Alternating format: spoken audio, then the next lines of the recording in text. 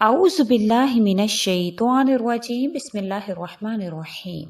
شروع اللہ کے نام سے جو بڑا مہربان نہایت رحم کرنے والا ہے۔ لاکھوں کروڑوں درود و سلام ہو کملی والے آقا محمد مصطفیٰ صلی اللہ علیہ وآلہ وسلم کی ذات اقدس پر، جو خاتم النبیین ہے، جو خاتم المرسلین ہے، کہ جن کے بعد نہ کوئی نبی ہے نہ کوئی رسول ہے۔ لاکھوں کروڑوں درود و سلام ہو آل محمد مصطفیٰ صلی اللہ علیہ وآلہ وسلم پر، تمام صحابہ اکرام رضوان اللہ علیہم اجمعین پر۔ السلام علیکم، میں ہوں مومنہ مہربان اور آپ دیکھ رہے ہیں میرا چینل پیر کامل۔ آج ویڈیو لے کر میں آپ کی خدمت میں حاضر ہوئی ہوں۔ وہ شب بارات کی فضیلت کے حوالے سے ہے، اس میں عبادت کرنا، عبادت اس کی کیا ہے، اس کے حوالے سے انشاءاللہ تعالی میں آپ سے ذکر کروں گی کہ اس رات میں کون سی عبادت کرنی چاہیے۔ اس کے حوالے سے مکمل احادیث مبارکہ جو سنن ابن ماجہ سے ہیں، غنیۃ الطالبین سے ہیں، انشاءاللہ تعالی مکمل طور پر میں آپ سے ذکر کروں گی کہ اس کی فضیلت کیا ہے، کیا اس کے حوالے سے روایات ہیں۔ ویڈیو کو غور اور توجہ سے سنیے گا۔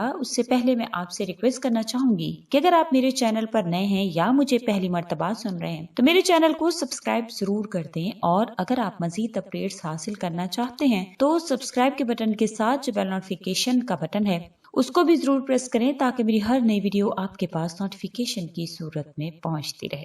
جیسے کہ میں نے ذکر کیا کہ آج کی جو ویڈیو ہے وہ 15ویں شب کی فضیلت یعنی کہ شب بارات کی فضیلت کے حوالے سے ہے۔ شبان المعظم کی 15ویں شب کو عبادت کرنا بہت ہی فضیلت کا باعث ہے۔ اس شب کو شب بارات بھی کہا جاتا ہے۔ اس شب کی فضیلت کے بارے میں نبی کریم صلی اللہ علیہ وآلہ وسلم کا ارشاد مبارک ہے کہ شبان المعظم کی 15ویں شب کو اللہ تعالیٰ آسمان دنیا پر جلوہ افروز ہوتے ہیں، اور اس شب کو اپنے بندوں کے لیے بے شمار دروازے اپنی رحمت کے کھول دیتے ہیں، اور فرماتے ہیں کہ کون ہے جو آج کی رات مجھ سے بخشش طلب کرے اور میں اس کے گناہوں کو بخش دوں، کوئی رزق مانگے اور میں اسے رزق دوں، کوئی مصائب و آفات میں مبتلا ہے میں اس کی مشکلات کو آسان کر دوں تاکہ اس کے مصائب ختم ہو جائے، حتیٰ کہ یوں ہی لوگوں پر رحمتوں کی منادی جاری رہتی ہے اور فجر طلوع ہو جاتی ہے۔ یہ سنن ابن ماجہ کی روایت ہے۔ اس کے علاوہ شعبان المعظم کی 15ویں شب کی فضیلت بیان کرتے ہوئے ابن اسحاق نے حضرت انس بن مالک رضی اللہ تعالیٰ عنہ سے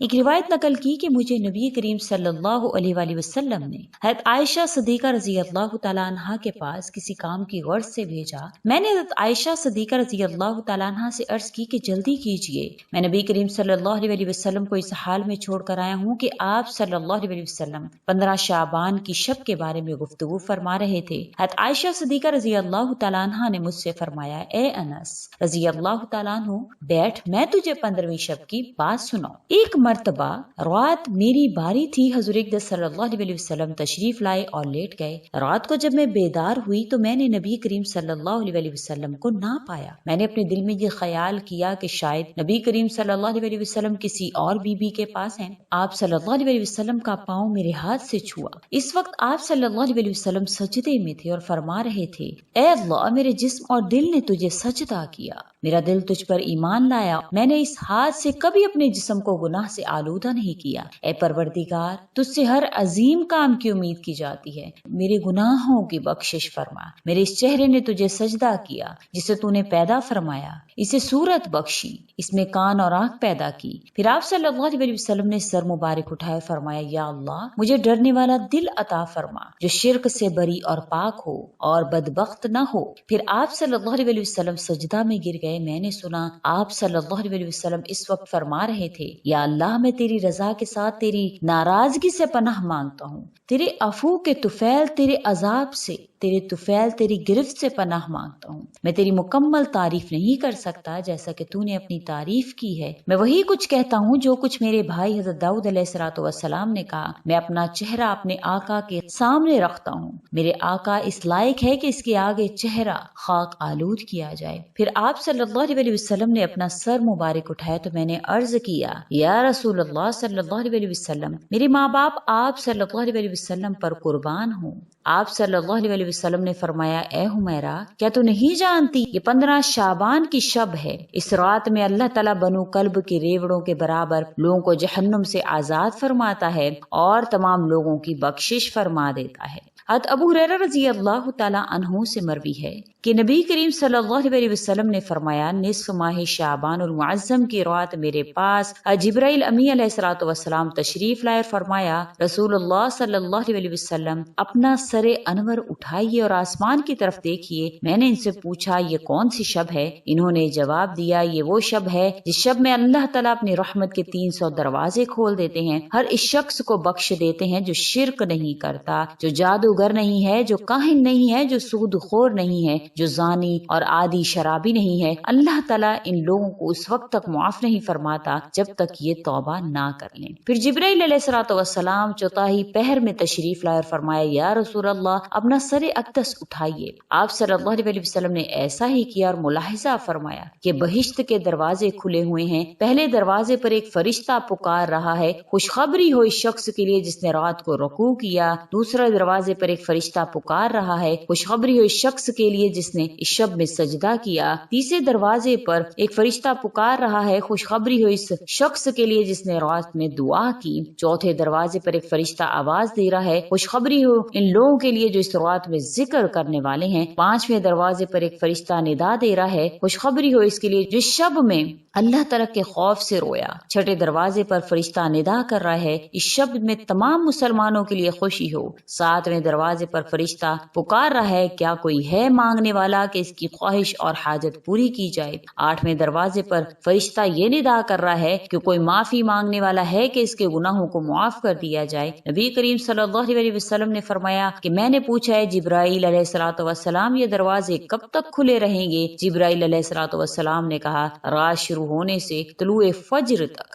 اس کے بعد جبرائیل علیہ الصلوۃ والسلام نے کہا یا رسول اللہ اس رات میں جہنم سے خلاصی پانے والوں کی تعداد بنی کلب کی بکریوں کے بالوں کے برابر ہے۔ اس رات یعنی شب برات میں نوافل اور ذکر الہی کی بڑی ہی فضیلت ہے۔ اس شب میں نوافل ادا کرنا، شب بیداری کرتے ہوئے ذکر الہی کرنا، اللہ تعالیٰ سے عجز و انکساری کے ساتھ گڑ گڑا کر روتے ہوئے اپنے گناہوں کی معافی مانگنا انسان کو حقیقی کامیابی سے ہمکنار کرتا ہے۔ اللہ تعالیٰ اس بندے پر اپنا خصوصی فضل اور کرم عنایت فرماتے ہیں۔ اس مبارک اور بابرکت شب میں صلاۃ الخیر پڑھنے کی بہت ہی برکات حاصل ہوتی ہیں۔ یہ نماز سلف صالحین سے منقول ہے۔ یہ نفل نماز شعبان المعظم کی 15ویں شب نماز عشاء کے بعد پڑھی جاتی ہے اور اس میں 2 رکعت اس طرح سے پڑھی جاتی ہیں کہ ہر رکعت میں سورۃ الفاتحہ کے بعد 10 مرتبہ سورۃ الاخلاص پڑھی جاتی ہے۔ اس طرح پوری نفلی نماز میں سورہ اخلاص اس طرح سے 10 مرتبہ پڑھی جائے گی۔ حسن بصری رحمۃ اللہ علیہ فرماتے ہیں کہ نبی کریم صلی اللہ علیہ وآلہ وسلم نے صحابہ کرام سے یہ بیان کیا کہ اس رات میں جو کوئی بھی نماز پڑھتا ہے اللہ تعالیٰ اس کی طرف 70 مرتبہ نگاہ کرتا ہے، ہر بار اس کی طرف دیکھنے پر اس کے 70 حاجات کو اللہ کریم پورا فرماتا ہے، جس میں سب سے ادنا حاجت اس کے گناہوں کی مغفرت ہے۔ یہ غنیۃ الطالبین کی حدیث ہے جو میں نے آپ سے ذکر کی ہے۔ تو اس رات میں عبادت کرنا اور اللہ کریم سے رجوع کرنا یہ سلف صالحین کا طریقہ کار رہا ہے، اور اس کے علاوہ ہر وہ رات جو کہ خاص کی گئی، شب برات کا مطلب ہے نجات کی رات، تو اس رات میں اللہ کریم مومن مسلمان کو نجات عطا فرماتے ہیں، اور اس رات میں یہ بھی کہا جاتا ہے کہ نصیب لکھے جاتے ہیں اور پرانے پتے جو ہیں وہ جھڑ جاتے ہیں۔ ان لوگوں کے جنہوں نے اس سال میں انتقال کرنا ہوتا ہے ان کے پتے بھی جھڑ جاتے ہیں۔ یہ حقیقت ہے۔ اس کا جو حدیث مبارکہ میں اس کے حوالے سے فرمایا گیا ہے کہ اس رات میں جو ہے وہ ملک الموت کو بتلا دیا جاتا ہے کہ اس سال میں کون کون انتقال کرے گا، ان کے پتے جو ہے وہ جھڑ جاتے ہیں، اور اس سال میں نصیب بھی اللہ کریم جو ہے وہ اس کے دفاتر فرشتوں کے حوالے کر دیتے ہیں کہ اس سال میں کتنا رزق تقسیم کیا جائے گا اور کس طرح سے دیا جائے گا۔ تو اس جو رات میں عبادت اگر آپ کرتے ہیں یا کوئی بھی عمل کرتے ہیں تو اللہ کریم آپ کے نصیب کے حوالے سے، بے شک اللہ کریم بدلنے پر قادر ہیں، تو آپ کے نصیب کو بدل بھی سکتے ہیں۔ تو اہتمام کیجئے عبادات کا، صلاۃ الخیر بھی ضرور پڑھیے 2 رکعت کر کے، انشاءاللہ تعالی اللہ کریم آپ پر اپنی کرم نوازیاں فرمائیں گے۔ اس کی فضیلت ابن ماجہ سے اور غنیۃ الطالبین سے میں نے آپ سے ذکر کی ہے، تو انشاءاللہ امید کرتے ہیں کہ آپ اس رات میں عبادات ضرور کریں گے۔ اگر آپ کو ویڈیو اچھی لگی ہے تو لائک کریں، شیئر کریں اور ہمارے چینل کو سبسکرائب بھی ضرور کر دیں۔ اسی کے ساتھ اجازت چاہوں گی، وآخر الدعوانا ان الحمد للہ رب العالمین۔ اللہ حافظ۔